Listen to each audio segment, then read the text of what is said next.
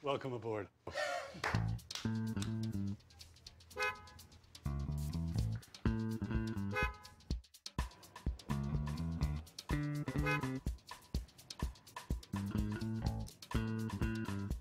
Now you'll know when to stop. The all-new Nissan Altima with Easy Fill Tire Alert. It's our most innovative Altima ever. Nissan, innovation that excites. Today we'll show the evolution of Nissan over the last 15 years.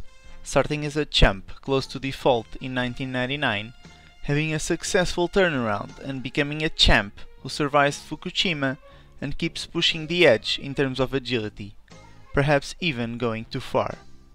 The most important insight that can be drawn from Nissan's case is the power of anticipation.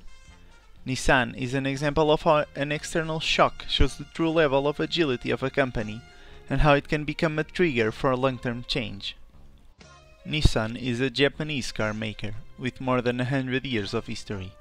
It is the sixth largest automaker in the world and considered one of the success stories in the industry. But that was not always the case. In 1999, Nissan was near bankruptcy, after posting losses for 6 out of 7 years. It was saved when Renault bought 37% of Nissan, creating a strategic alliance.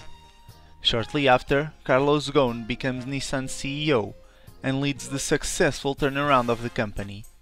His leadership is considered a lead cause of the agility and success of the company to this day. The strategic partnership between Nissan and Renault is a great example of operational agility. It started with a joint purchasing company that managed supplier relations globally, focusing on quality and cost. The alliance helped increase economies of scale and time to market, with collaborations in the supply chain and R&D. Later, the alliance evolved to a full partnership with joint investments, such as research on electric vehicles and new facilities in emerging markets. The partnership generates synergies of more than €1.5 billion every year. We share Nissan about up to 90% of the supplier base with Renault. Behind the brand, which is not seen to the customer, then we can share a lot of the technologies, components, way of management, everything. I think it's very, very useful to have somebody in another company that's partner of our company that you can phone up and say, how did you do this one? It saves a lot of time. Realizing the potential of emerging countries, Nissan betted aggressively on these markets, showing collective commitment and resource fluidity.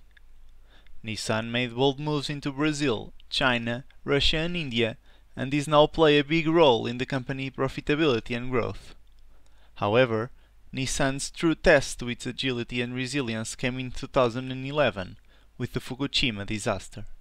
Nissan's actions following the Fukushima earthquake and tsunami are a clear example of a successful agile company, showing the capabilities built during the previous years. As soon as the earthquake happened, Nissan launched a crisis committee and set a plan to restore production. It began repairing the damaged factories soon after the disaster, even before infrastructure had been fully restored, and with powerful aftershocks continuing to shake eastern Japan. Nissan deployed resources rapidly to support restoration. The collective commitment helped motivate the staff to face adversity and perform with resilience. As a result, Nissan was the first amongst Japanese big automakers to resume production on home soil. The Iwaki plant became Nissan's symbol of swift recovery, resolute approach in front of adversity. As Japan further recovers from the worst natural disaster in its history. Just 3 months after the Fukushima disaster, Nissan went on the offensive, setting up an aggressive strategic plan that would confirm its champ status. The goals include increasing market share and profit margins, adding a new model every 6 weeks, betting heavily on new technologies and electric vehicles, and continue the aggressive cost-cutting plans. These are very bold bets that show strategic sensitivity and collective commitment, two key capabilities of an agile company. However, it is sensible to question how far Nissan can go without becoming too vulnerable, and if it has reached a point where it should emphasize reliability ahead of efficiency. Nissan and its leader, Carlos Ghosn, seem to be optimistic. This is the first time Nissan is starting a plan on the offensive, instead of reconstructing something or defending something. That's the first time. That's why we feel very good.